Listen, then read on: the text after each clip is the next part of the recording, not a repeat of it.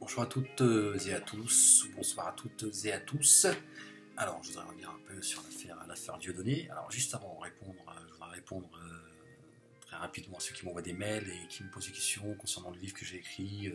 Pourquoi ce titre qui s'intitule Je voterai Front National en 2017.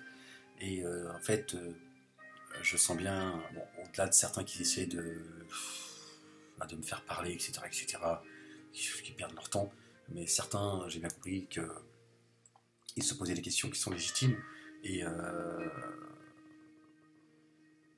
voilà, qui ont envie de porter le projet, mais qui n'ont pas envie de, d'aider à sortir un livre qui fait la promotion du Front National. Ben, c'est tout l'intérêt du livre en fait. C'est justement si mon titre est provocateur, et c'est un titre qui a un sens. Si j'ai écrit là-dessus, c'est pour qu'à un moment donné nous dépassions ce stade-là. C'est comme l'affaire Ménard par exemple. Certains se sont arrêtés à ce qu'il a dit. Il faut gratter et aller voir ce qui se passe un petit peu plus loin, au-delà de la petite personne de Ménard. On l'a bien compris, c'est ce revanchard de l'Algérie, voilà, il est dans son rôle, mais il dénonce une réalité. On ne peut pas faire fi. À un moment donné, il faut qu'on fasse preuve de courage, de maturité, qu'on soit adulte et qu'on se pose aussi les bonnes questions. Il dit des choses, et c'est à son frais. C'est pas le premier à vouloir à parler de statistiques ethniques. Valls l'a fait. Aujourd'hui, il nous dit le contraire. Voilà, il y a une réalité. C'est pareil. Je veux dire, on ne peut pas s'arrêter Front National égale méchant. D'accord ? Vous devriez d'abord plutôt Front National égale CRIF. Voilà, ça va vous aider à comprendre. Donc Front National, c'est le CRIF. C'est rien d'autre. D'accord ? Donc moi je vous dis qu'en 2017, je voterai Front National, mais je vous explique pourquoi je vous dis ça. C'est tout le but du livre. Bien sûr, je parle de plein d'autres choses, mais qui restent tout le temps, qui gravitent autour du Front National. Voilà. Et je fais aussi, je rends hommage aux vieux. Il va falloir lire le livre pour comprendre pourquoi je rends hommage et quel est cet hommage et qu'est-ce que veut dire cet hommage. Il faut qu'on grandisse, il faut qu'on apprenne à avancer. Il faut qu'on arrête de combattre des gens tout en les écoutant. On ne peut pas combattre un système tout en écoutant le système. C'est parce que le système il a dit que le mal absolu dans ce pays c'est le Front National qu'il faut qu'on l'écoute. Dans ce cas-là, qu'on continue à se soumettre au système et qu'on se la ferme. D'accord ? Donc voilà, j'espère avoir répondu à votre question pour ceux qui le pensent sincèrement, et je pense que certains s'interrogent de manière sincère. Voilà, je pense que je ne peux pas vous dire plus et j'ai pas besoin de développer plus voilà, je pense que vous m'avez compris. Voilà. Donc je vous invite à faire un don et à faire en sorte que ce livre sorte, parce que je pense qu'il serait intéressant vraiment de le lire et pourra en tout cas ouvrir l'esprit de certains. Vous allez voir, il y a des choses, je pense, intéressantes dans le livre. Voilà, donc il y a une question à poser pour revenir sur l'affaire Dieudonné et cette petite fillette de 6 ans, cette petite fille handicapée sur laquelle Dieudonné a déversé son venin. Vous avez vu, c'est violent, hein. Il ne l'assume même pas en plus. Dans sa dernière vidéo, il est pareil, toujours la même chose. Il se cache derrière son humour, son personnage, derrière d'autres personnages, etc. Il va jusqu'à menacer Laurent Louis dans sa vidéo. Je ne sais pas si vous avez fait attention, mais il a menacé Laurent Louis. Je ne sais même pas si lui, il a fait attention à la menace qu'il a proférée dans sa dernière vidéo. C'est une question à poser. Moi, au gouvernement, il y a la justice. Parce que ça suffit maintenant. Je pense qu'à un moment donné, il faut qu'on arrête, il faut siffler la fin de la récréation. Ça a trop duré. Sinon, ça voudra dire que effectivement, tant que Dieudonné continuera à semer le désordre dans ce pays, ça arrange les affaires du système. Comment se fait-il que Dieudonné appelle à l'apologie du terrorisme, il calomnie les gens, il menace les gens, etc. Se cachant derrière un directeur de publication qui est un criminel notoire, qui a tué, massacré, découpé des gens pour leur prendre leurs biens. Il a été jusqu'à même faire des doigts d'honneur aux familles pendant les procès, donc une ordure finie, et Dieudonné se cache derrière ce directeur de publication. Comment se fait-il que dans ce pays, un criminel qui devrait ne pas avoir de lien avec l'extérieur, si ce n'est sa famille, ce qui est tout à fait normal, il faut respecter les gens pour ce qu'ils sont, ce sont des êtres humains, il est en prison, il faut qu'il paye pour ce qu'il a fait. C'est pas un simple voleur de poste, c'est extrêmement grave ce qu'il a fait, c'est un criminel, un haut criminel, et la justice, comme le gouvernement qui prétend combattre Dieudonné, n'ont pas mis fin à cette supercherie.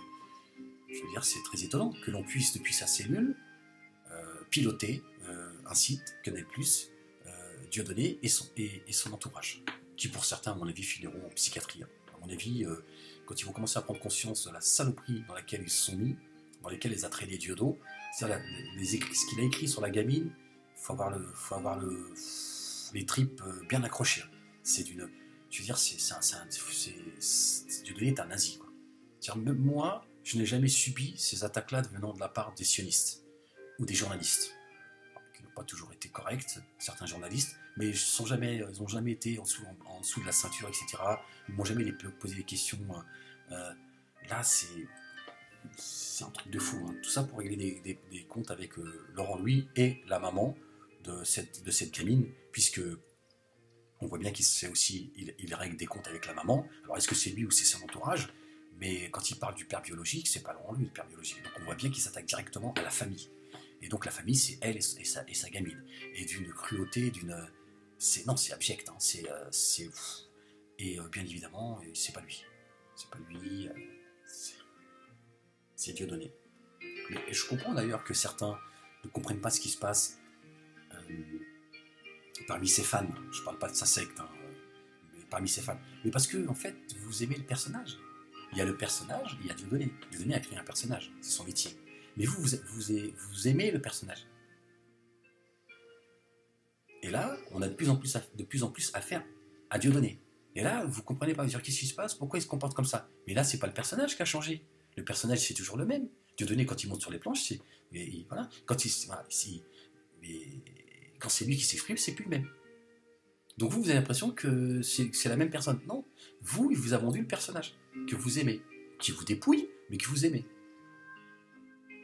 D'accord ? Et il y a le Dieudonné. D'ailleurs, il est complètement en train de se perdre, le Dieudonné, entre lui et son personnage. Ici, à un moment donné, il ne sait plus qui il est. C'est comme avec sa négritude. Il ne sait plus à un moment donné qui il est.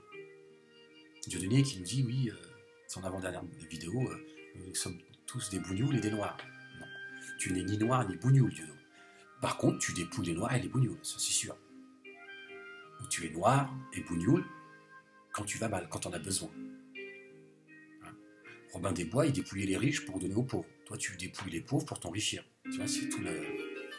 Mais toi qui prétends combattre le communautarisme, en fait, tu ne fais qu'au contraire. Tu as racialisé les rapports avec Soral et tu ne fais qu'en fait que ghettoiser encore un peu plus ceux qui le sont déjà. Avec l'histoire de bougnoul, de noir, tu fais que... Voilà. Non, ce sont des Français avec de cultures différentes, avec des origines différentes, avec une confession différente, mais ce ne sont pas ni des noirs ni des bougnoules. C'est toi qui les vois comme ça. Cette petite bougnoule que tu insultes de tous les mots. Hein? Dieudonné. Et là, donc la question, au-delà de je ne veux pas développer, vous avez dit hein, que Dieudonné avait un problème avec les handicapés, c'est pour vous dire, attention, quand on en est à ce stade-là, c'est qu'on est quand même une belle petite crapule. C'est-à-dire que, vous savez, c'est... Dieudonné t'écrase un chien sur la route, sans pitié. Hein. La question, c'est quoi? C'est comment se fait-il que Dieudonné arrive à faire des pirouettes, à se moquer de la justice et du gouvernement avec son histoire de directeur de publication? Donc, ça voudrait dire quoi? Ça veut dire que si, effectivement, la loi permet ça, c'est extrêmement grave. C'est extrêmement grave. C'est-à-dire que n'importe qui peut aujourd'hui calomnier, diffamer, menacer, appeler à l'apologie du terrorisme, etc., caché derrière un directeur de publication qui est un criminel notoire. C'est grave que la justice ne puisse pas pallier à cela. Parce que là, on voit bien que c'est du foutage de gueule. Qu'est-ce que ces histoires d'ateliers de potage, machin et tout? C'est-à-dire qu'ils se foutent la gueule de la justice, du gouvernement, sans que personne ne dise bon, ça suffit maintenant, on siffle la fin de la récré, ça suffit. C'est quoi cette incompétence? Comment on peut espérer que le gouvernement, que la justice mène un combat contre le terrorisme quand un clown se fout de la gueule de tout le monde et qui sème le désordre dans l'esprit d'une grande partie de la jeunesse en France? C'est extrêmement grave, n'est-ce pas? comment se fait-il qu'il puisse s'amuser de la justice de cette manière? C'est pas possible.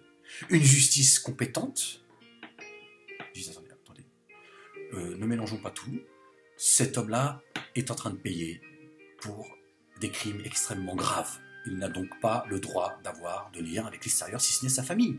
Stop! Il n'y a pas à discuter. Il n'y a pas à discuter. Ou alors, qu'est-ce qu'il fait en prison, ce mec-là? Qu'est-ce qu'il fait en prison s'il a le pouvoir de manipuler des gens qui sont à l'extérieur et qui sèment le désordre? On voit bien que c'est Dieudonné qui s'amuse et qui d'ailleurs manipule cet homme-là. Parce qu'un jour, il va s'en rendre compte. Il a beau menacer Laurent Lui en laissant entendre que dans 15 ans, il sera dehors. L'autre, fais attention à tes fesses, Dieudonné. C'est peut-être toi qui vas finir dans sa cellule. Parce que quand l'autre, il va se rendre compte que, bon, c'est normal, il est là, il se dit, moi je suis là, on parle de moi à l'extérieur, ça l'amuse, mais à un moment donné, il va comprendre que tu t'es bien foutu de sa gueule. Donc, le Manuel Valls, qui voulait la tête de Dieudonné et Sora, je vous l'ai donné sur un plateau d'argent, vous ne l'avez pas voulu. Là, je dis, comment se fait-il? Vous êtes incompétent face à la moquerie de ce clown. C'est-à-dire que le clown, il a trouvé une pirouette pour se cacher derrière des personnages. C'est pas possible. C'est pas possible que la justice permette cela. Comme il s'est caché derrière des personnages qu'il a mis en scène pour déverser son... Vous avez vu, c'est violent. Non, c'est violent. Moi, j'ai pensé à la maman. Franchement, honnêtement, j'ai même pas pensé à la gamine. Ça m'a fait mal au cœur parce que je suis papa. D'ailleurs, si Dieudonné était un père aimant, comment il peut parler comme ça d'une gamine? C'est un problème. Quand on aime ses enfants, un minimum, forcément, quand on parle des enfants des autres, ça nous ramène au nôtre. On comprendra qui pourra. Mais j'ai pensé à la maman, parce que la gamine, c'est pas, elle est dans son innocence. D'ailleurs, il s'en prend à l'innocence pure, quoi. C'est une double innocence, je dirais, d'ailleurs, parce que c'est une gamine de 6 ans, c'est-à-dire qu'elle est dans son monde à elle, d'enfant, et en plus, elle est handicapée. Mais c'est la maman de dire ça, parce que là, c'est abject ce qu'il écrit. C'est profond, et c'est satanique, quoi. C'est-à-dire qu'il va toucher, là, il va aller là où ça fait mal. Quand il dit... bon, je ne vais pas répéter ce qu'il dit parce que c'est extrêmement vulgaire, mais je vais le dire avec d'autres mots. Quand il dit le père, pour faire preuve, il aurait pu faire preuve, je ne sais plus exactement comment il dit, mais de miséricorde, il aurait mieux fait de la sodomiser, ça aurait évité de la mettre là. Vous avez vu, c'est violent, elle doit vivre dans sa pisse. Moi, j'aurais mis une balle dans la tête pour lui. Enfin, et encore, c'est pas ce qu'il a écrit de plus crash. Non, c'est extrêmement violent. Et je me dis, la maman, ouais, de lire ça, c'est. Parce que la maman et la fille, elles portent ensemble cette douleur, c'est handicap de sa fille. Et le nazi, là, il est là, normal, il règle ses comptes, avec Laurent Louis, et avec elle, puisque par moment, il parle du père biologique, qui n'est pas Laurent Louis, donc ça veut dire qu'il s'en prend directement à elle. Donc elle a certainement des problèmes ou avec Dieudonné, ou avec son entourage. Qui pour certains, je vous le répète, finiront en psychiatrie. Je ne vois pas d'autres... Et d'ailleurs, moi je pense que Dieudonné, vraiment, je pense qu'il va finir avec un coup de couteau, ou alors il va finir lui-même sur une chaise roulante.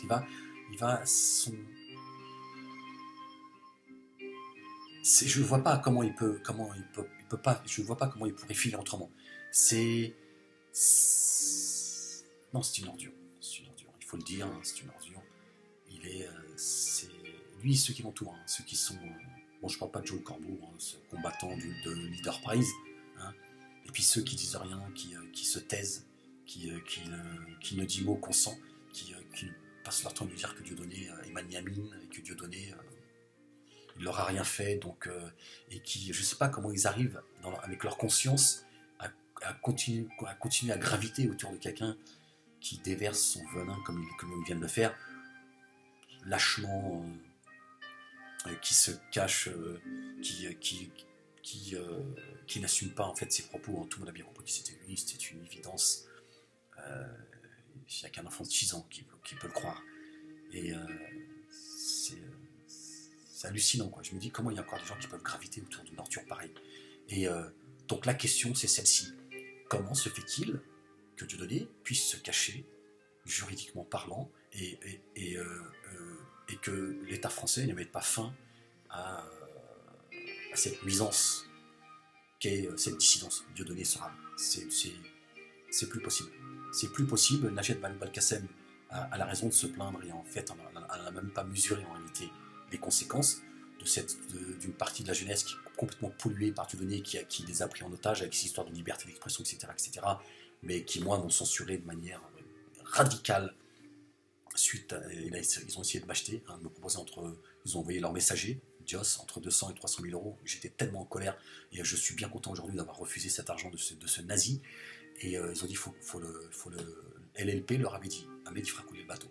Et effectivement, je suis le grain de sable qui a fait que Dieudonné en arrive là aujourd'hui. Et vous remarquerez, l'époque où j'étais avec eux, Dieudonné, il ne ressemblait pas à ça. Vous voyez, Dieu montre les choses pour ceux qui ont bien envie de réfléchir. Et d'ailleurs, vous remarquerez que Dieudonné parle de plus en plus de Dieu et Jésus.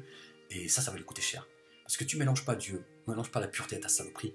Parce que tu trompes les hommes un temps et tu trompes pas les gens tout le temps. Déjà, mais tu trompes pas Dieu. Dieu, il sonde les cœurs. Et tu n'as pas de limite, Dieudonné. D'ailleurs, Dieudonné, sa croyance, en réalité, je vais vous le dire, sa croyance, c'est une croyance occulte. Il croit aux esprits de la forêt. C'est-à-dire que Dieudonné, il croit à la magie. On a beaucoup parlé entre nous.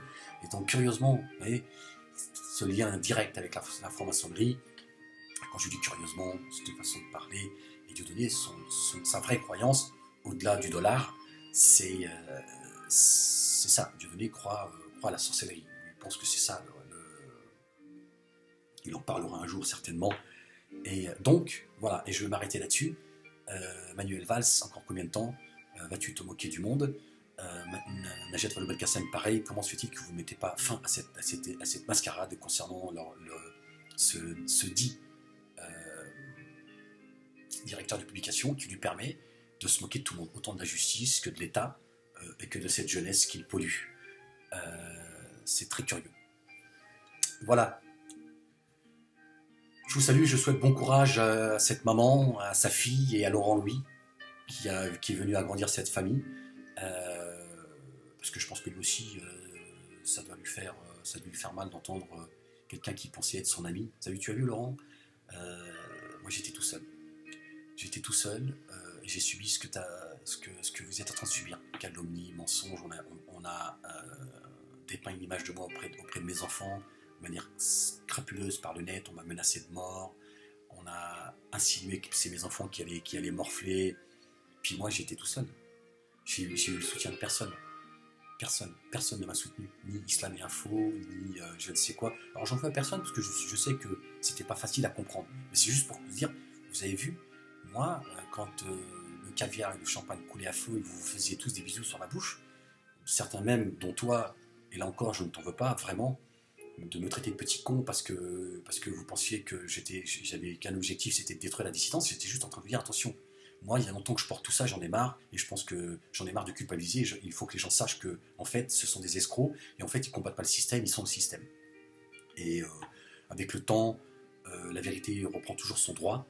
Et Tepa, c'est pareil. Tepa, je viens dans ton émission quand tu veux. Parce que les gens me disent, oui, Ahmed, Tepa, pourquoi tu vas pas dans son émission? Ils demandent est-ce qu'ils ont répondu. Moi, il n'y a aucun problème. Je n'ai pas de problème avec Tepa, Laurent Louis ou d'autres. Maintenant, si vous avez envie de continuer à avoir un problème avec moi, c'est vous que ça regarde. Mais en tout cas, Laurent Louis, toi et ta petite famille, je vous souhaite beaucoup de courage. Et si ça peut apaiser votre cœur, sachez que c'est une crapule. Et donc, ce qui vient d'une crapule, voilà. Et Laurent Louis, voilà, la question, je te la pose à toi, enfin, je te la pose, que tu pourrais poser à ton niveau, c'est comment se fait-il qu'il se cache derrière un directeur de publication pour déverser son venin et te menacer toi, comme il l'a fait, parce que je ne sais pas si tu as compris ce qu'il disait, mais il t'a menacé, hein, et qu'il puisse déverser sa haine comme il l'a fait sur une petite handicapée, et que personne ne dise rien, et que dans ce pays, on a le droit d'avoir un directeur de publication qui est un criminel et qui a détruit des familles. Je vous salue. Ciao.